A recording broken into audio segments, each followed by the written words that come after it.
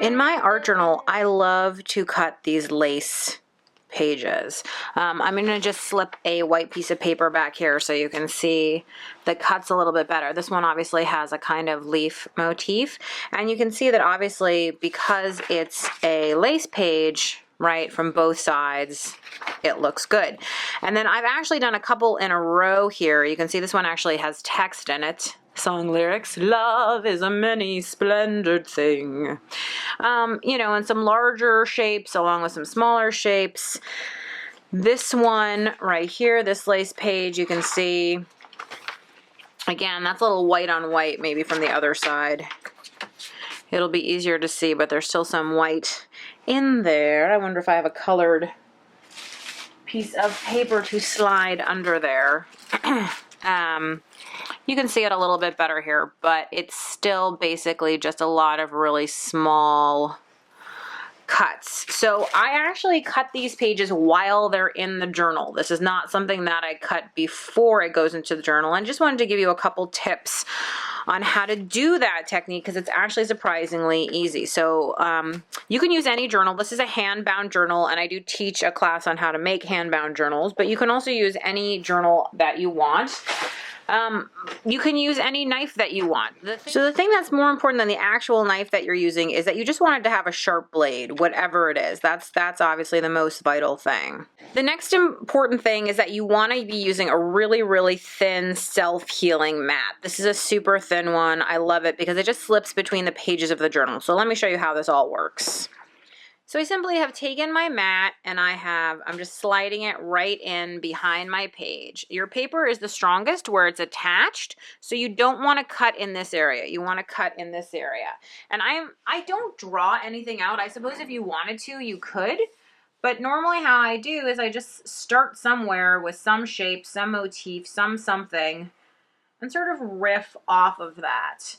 So I do think it's important to remember that you don't really want to be turning your knife a lot. I mean, I did a little bit of curving here, but if I'm really going to super get into an area, I want to make sure to turn it, or I'm always pulling the knife towards me. If I wanted to do, I'm trying to think what I would need to turn this for.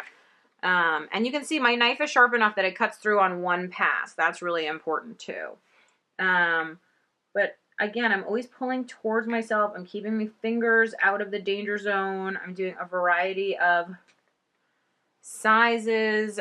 Maybe if I wanted to do this edge, I would turn the book around. And again, maybe then I would work sideways or something. You just don't want to be like turning your wrist all sorts of weird ways. Generally speaking, if you can turn it, that is what you want to do. So this really is meditative to me, at least. I find it very meditative.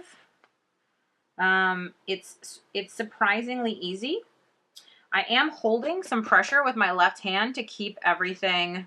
That's one of the reasons my hand is there, to keep the paper from wiggling away. And again, if I cut into the center like I have with this wiggle shape, then I want to immediately deal with this area. I don't want to keep cutting in and weakening the paper. I want to just immediately deal with the area that I have wiggled into here. And again, you might want to keep turning, keep it moving. Now I'm at a totally weird angle. I probably should have turned it. You can also go off the edge. Boom. Just like that, which I do sometimes. It does weaken things a little bit. Again, anytime you kill the integrity of it. But it can be a really cool look. And you can see, you know, I was talking the whole time I was doing this, and I still managed to get it done. So it's pretty quick and easy. I would say if you're at all interested, give it a try. It's a lot easier than you think. Don't have pre-expectations. That's the one thing I would say.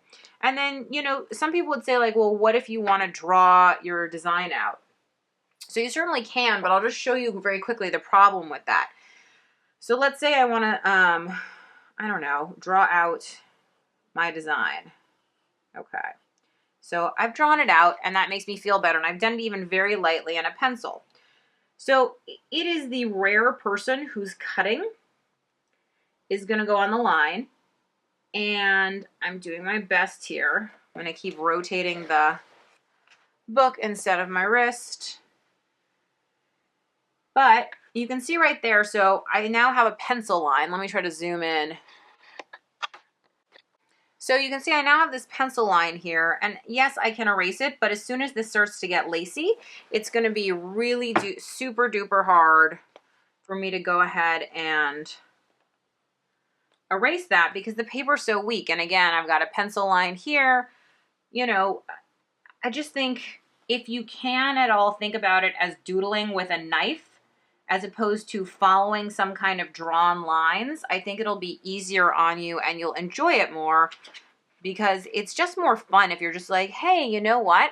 I'm going to just draw a little echo in here with my knife. So I'm just drawing with a knife, doodling with a knife. And there you can see it right there. Okay, so I hope that you will give this a try. It's lots of fun and it's really easy.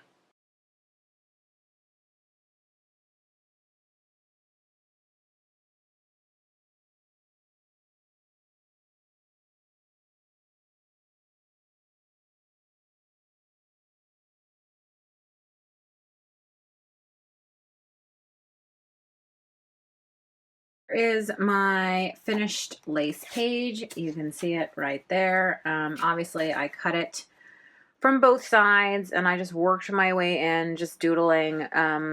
You know, obviously, if you do bigger holes, it takes a little less time than if you do the tinier holes. It takes a little bit longer time, but I think it looks awesome.